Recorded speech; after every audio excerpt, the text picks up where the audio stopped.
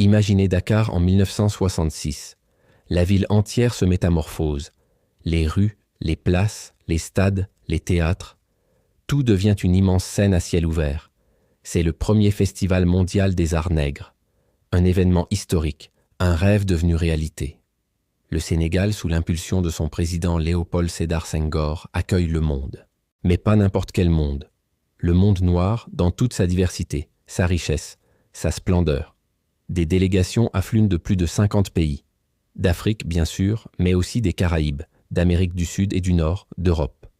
Pensez-y, des artistes, des écrivains, des musiciens, des penseurs qui ne s'étaient parfois jamais rencontrés, se retrouvent enfin. C'est la grande réunion de famille. Les rues de Dakar vibrent au son des tambours, des chants, des danses. Une énergie incroyable parcourt la ville, une fierté palpable dans chaque regard. Et quelle figure! Des légendes vivantes foulent le sol sénégalais. Imaginez croiser Duke Ellington, le monstre sacré du jazz, déambuler dans les rues. Écoutez la voix puissante de Myriam Makeba résonner dans la nuit dakaroise. Assistez à une performance de l'incroyable Joséphine Baker. C'est un défilé de géants. Aimé Césaire, le poète de la négritude, est là. Alioune Diop, le fondateur de Présence africaine, l'architecte intellectuel de l'événement, est là. Des artistes comme le sculpteur Ousmane Sow, des historiens comme le grand Cheikh Anta Diop.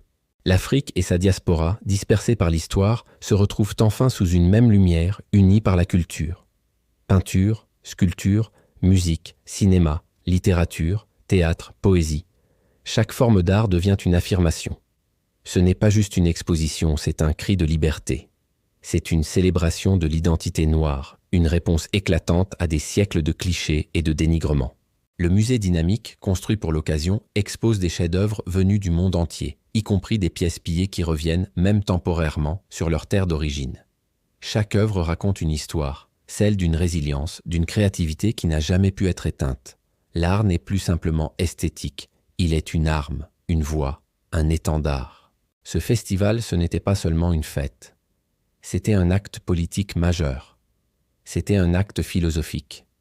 C'était un acte spirituel. Derrière chaque tableau exposé, chaque poème déclamé, chaque note de musique jouée, il y avait un message puissant, unificateur. Et ce message était clair. L'Afrique n'est pas un continent sans histoire, un continent sombre attendant d'être découvert. Non, l'Afrique est une civilisation millénaire, avec ses empires, ses savoirs, ses arts. Une civilisation qui a été blessée, pillée, humiliée, mais qui est toujours là, debout.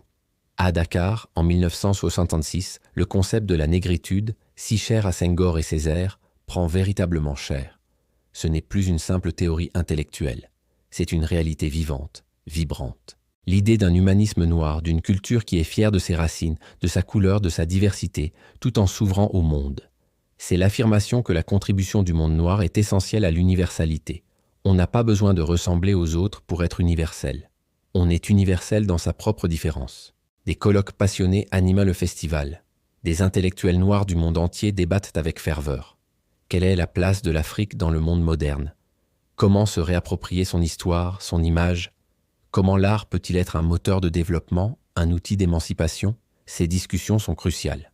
Elles posent les bases d'une nouvelle pensée, d'une nouvelle façon pour l'Afrique et sa diaspora de se voir et de se présenter au monde.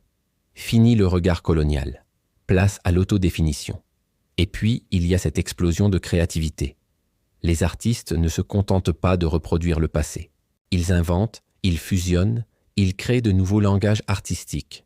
Ils marient les techniques traditionnelles avec des formes contemporaines.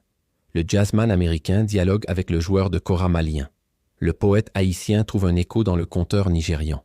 C'est un véritable laboratoire culturel à ciel ouvert. Un souffle de dignité et d'espoir traverse tout le continent et sa diaspora. Pendant quelques semaines, Dakar devient le cœur battant du monde noir. La capitale spirituelle d'une Afrique qui ne demande plus la permission d'exister, mais qui rayonne de sa propre lumière.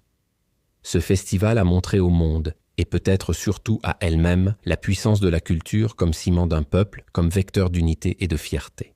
L'héritage de 1966 est immense. Il a inspiré des générations d'artistes et de penseurs. Il a prouvé que lorsque l'Afrique et sa diaspora se rassemblent, elles peuvent créer quelque chose de magnifique et de profondément transformateur. C'était bien plus qu'un festival. C'était une renaissance. Merci d'avoir regardé cette vidéo. Si ce voyage dans l'histoire vous a plu, n'oubliez pas de laisser un pouce bleu, de vous abonner à la chaîne et d'activer la cloche pour ne rien manquer de nos prochaines explorations. À très bientôt.